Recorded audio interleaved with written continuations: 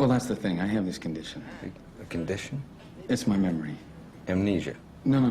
It's different from that. What's the last thing that you do remember? My wife. That's sweet. Dying. Who is this? Lenny! I guess I've already told you about my condition. Oh, well, only every time I see you. You don't remember anything. You don't remember where you've been or what you've just done. No, I can't make new memories. Everything just fades. You do not know who you are, what you've become since the incident. You wander around playing detective. You don't even know how long ago it was. My wife deserves vengeance. Doesn't make any difference whether I know about it. I do have information for you. You can't trust her. Oh, yeah? Why's that? Who did this to you? You did. You feel angry? You don't know why. You feel guilty? You have no idea why. You could do anything.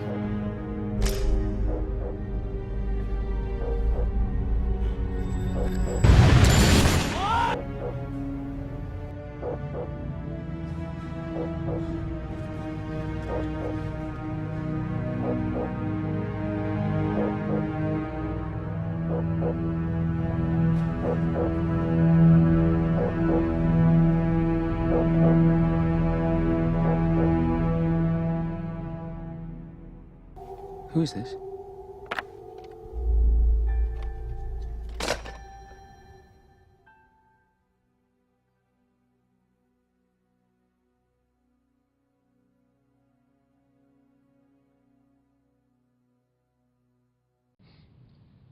Well, once we are finished with looking at learning, the next logical step is how do we maintain or keep what we've learned? And that turns our attention then to probably one of the more useful and practical topics in your book, particularly in light of what you're trying to do as far as school is concerned and so forth. The video you just saw was an example of somebody who has no memory. It's a movie that Guy Pearce starred in called Memento, and about the only way that he could create a permanent trace of information for himself was by tattooing himself. And if you've ever seen the movie, it's a fascinating study at somebody who has what we call anterograde amnesia, but we'll get into that in a later point in time. So let's turn our attention now to just memories, and specifically what I want to look at in terms of memories is how do we study them, how do we understand what they are, and then how do we build them? And there's a lot about it that we take very much for granted because we get so we're so accustomed to using memory. I mean, imagine for a moment, and there will be a video at the end of this segment, or these series of segments. There'll be a video on a guy by the name of Clive Wearing, who basically lives a sliver of time because he has no memory. He can't consolidate or encode information, and so all he has is what he has at that very minute in time. Unlike this particular gentleman in the cartoon here, who has complete and total recall, which is rare anyway. But the way we look at memory itself is we define memory in terms of persistence of learning over time. Of learning over time through a variety of strategies, let's put it that way. So we have to find a way, if we're going to keep things in mind, we have to have a way to store it, which is partly part of how we encode things, but we also have to have a way to retrieve it. We have places to put it. If we can't retrieve it, then we really don't know that it's there at all anyway. So the way psychologists begin to understand this is three different processes.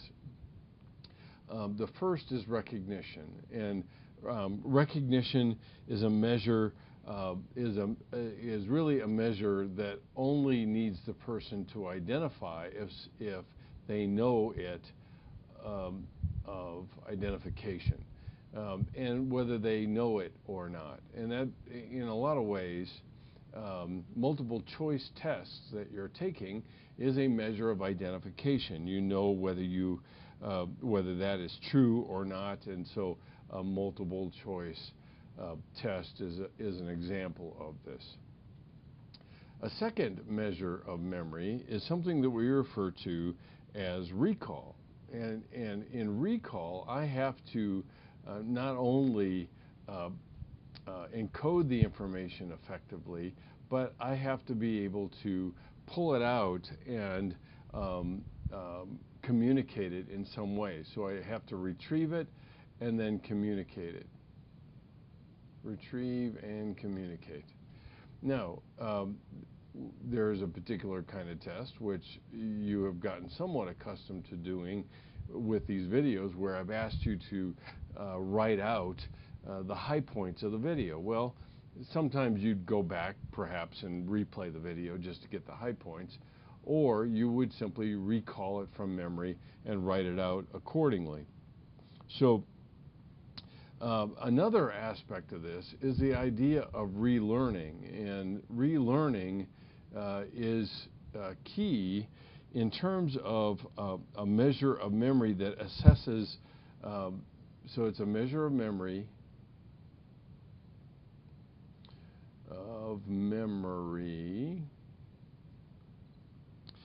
that assesses the amount of time saved when relearning previous information. Amount of time saved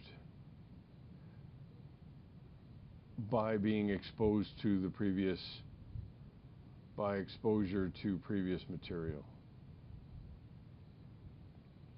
So in other words, if I'm exposed to previous material and I have to relearn it, a lot of times the learning or the relearning tends to take less time because of the exposure to it.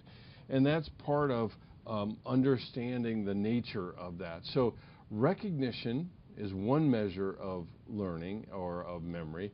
Recall and then relearning is also a measure in which we see how much time is actually saved when relearning previously learned material itself. And those are all key elements to it. Critical to this is when we talk about recall, there's more processing that has to go on in recall, because you have to manipulate it and code it and relate it to some previous information you already have. In the case of recognition, I don't necessarily have to relate it to anything. I just have to know whether it's correct or not. And in this case, I don't, like in multiple choice, okay, you have usually 4 choices to choose from. And how do you judge it? Usually you judge by it looks right. Right? And that's a good example of recognition. Recognition typically accesses fairly shallow ways of remembering information. A lot of times in recognition, you will use rehearsal a lot. You don't have to relate it, you just simply use what we refer to as rote memory to pull this information out. So those are key elements when we're talking about memories themselves that I want you to keep in mind: recognition, recall, and relearning.